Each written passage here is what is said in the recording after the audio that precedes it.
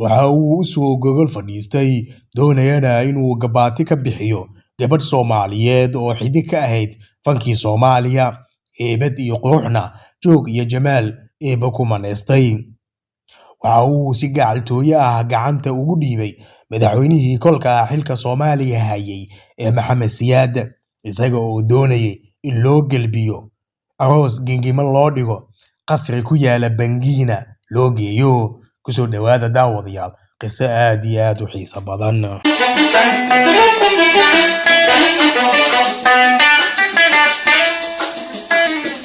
waxa uu madaxweyne ka ahaa wadan ku yaala Afrikada Dhexe ee ku dangiga webiga loo yaqaano Ubangi. waxa uu ahaa kaligii taliye dictator dhiigacab ah oo shacabkiisa iyo dadkiisa kumaaday. waxa uu isku magacaabay boqor aana dhicin oo weligiis talinaya. waxa uu jacayl cajiib ah oo lixaad leh u qaaday inan Soomaaliyeed oo fanaanad ahayd. maanta qiso cajiib ah oo ku saabsan ayaanu idinkaaga sheekayn doonaa jacaylkaas oo u qaaday gabadhii fanka Soomaaliyeed codka tolmoon lahayd ee ka dhex tilmaaneed. naftayda waan ku huri lahaa hantiina ka bixin lahaa hagarku maquurin halistaad igoysiyo halkaad igaga taali. casha sharafeed loo sameeyey madaxdii ka qaybgalaysa shirkii midowga Afrika Muqdisho ka dhacay sanadkii 1974 ayaa habeenkaasi showga maada iyo madadaalada iyo heesaha halkaasi ka soo tabinayeen fanaaniintii Soomaaliyeed.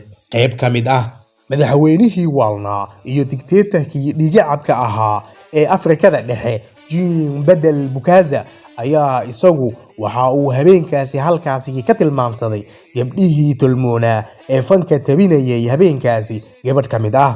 jacayl lixaad leh ayuu u qaaday isagoo jacaylkaasi jugta wadnaha gaadhsiiyay.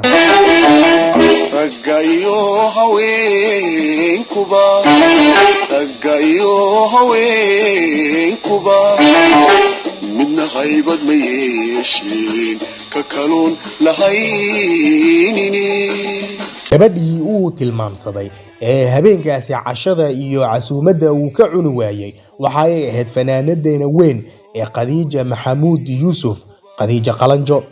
isla subaxii waxa uu ku soo kalahay ama uu ku soo jarmaaday madaxweynihii kolka xilka Soomaaliya hayay ee Maxamed Siyaad Barre, isagoo si gacaltooyo ah gacanta ugu dhiibtay weydiisanay in gabadhaasi loo guuriyo aroos gingimo loo dhigo Bangiina loo gelbiyo.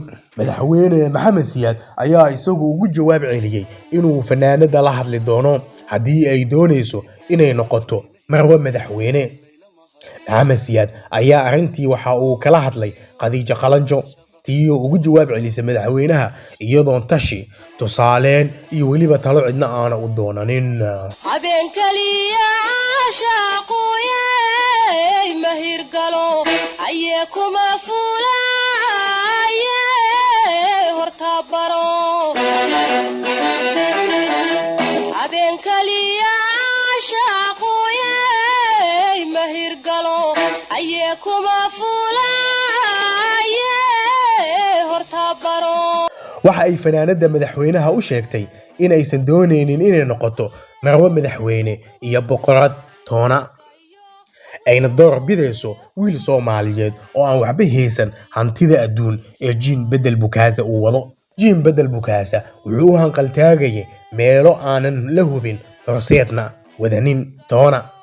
halabuurkii weynaa ee Maxamed Cali Kaariye dhakhtarkii jacaylka ayaa isagu riwaayad ka sameeyay qisadaasi jacayl ee Jean Bedel Bokassa oo u qaaday fanaanadeena Khadiija Maxamuud Yuusuf Khadiija Qalanjo.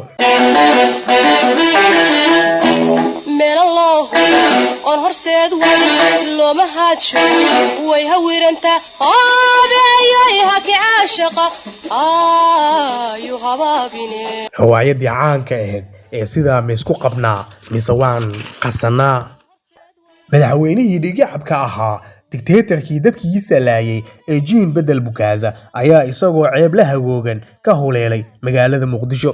jab iyo ceebna ay ka raacday jacaylkaas uu qaaday fanaanada. bangi ayuu tegay isagoo ka qoomameynaya jaceylkii ay ku diiday gabadhaasi fanaanada Soomaaliyeed ee qiimaha iyo qaayaha leh ee Khadiija Maxamuud Yuusuf Khadiija Qalanjo. intaas aynu kusoo gabagabaynaynaa daawadayaal qisadaasi cajiibka ah ee madaxweynihii waalna u qaaday fanaanada Khadiija Qalanjo. qiso kale oo tan ka qiimo badan ama ka xiiso badan ayaa idiin soo gudbin doonaa ee ha moogaanina channelkana subscribe-ka iyo like-ta ha ka iloobin. dib dambe intaynu u kulmi doono nabaadiina nooli kulante iyo amaana Allah. jacaylka waan kula habaylaahila ku noqon lahaa hawl kuguma dhaafin adigu haraad qaba habeen kama siixdeen